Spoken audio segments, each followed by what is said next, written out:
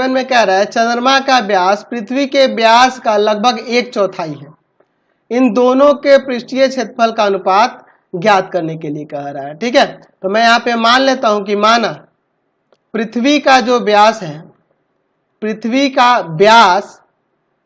का व्यास हम लोग 2r ले लेते हैं। ठीक है, क्योंकि हम लोग जानते हैं कि त्रिज्या यहां से हम लोग r ले लेंगे, इसलिए हम लोग पृथ्वी का व्यास क्या ले लिए 2r। समझ रहे ना बात को, त्रिज्या r ले सकते हैं यहां से, इसीलिए हम लोग 2r माने हैं।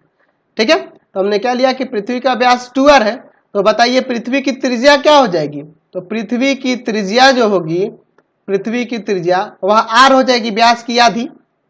अच्छा, अब क्या कर इसमें कि चंद्रमा का जो, तो क्वेश्चन में कह रहा है कि चंद्रमा का व्यास पृथ्वी के व्यास का लगभग 1/4 है। तो हम लोग लिख सकते हैं कि जो चंद्रमा का व्यास होगा, चंद्रमा का व्यास क्या कह रहा है, पृथ्वी के व्यास का 1/4 है। तो यहाँ पृथ्वी का व्यास 2r है, तो उसमें हम लोग 4 से भाग कर देंगे, तो यहां से हमें क्या मिल जाएगा r/2 जो होगा पृथ्वी का, चंद्रमा का व्यास मिल जाएगा। तो चंद्रमा की त्रिज्या क्या होगी, चंद्रमा की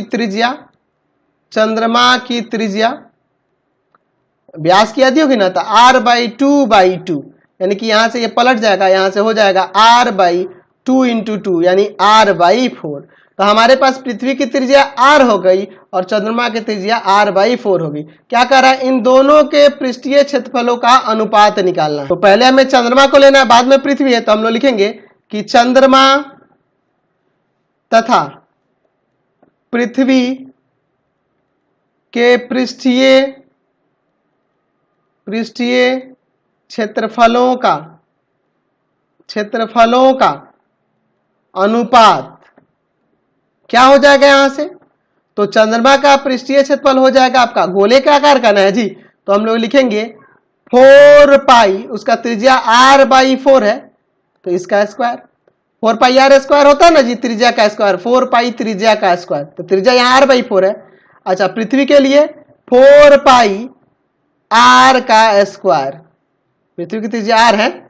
चलिए आगे सॉल्व करते हैं, तो यहाँ 4π से 4π कट जाएगा, ऊपर आपका r²/4 का स्क्वायर 16 और नीचे r² है, तो मैं इसे r² से r² काटूंगा, 1 बचेगा, यानी कि 1:16 यहां से अनुपात आ जाएगा चंद्रमा और पृथ्वी के पृष्ठीय क्षेत्रफलों का। अगला क्वेश्चन देखिए,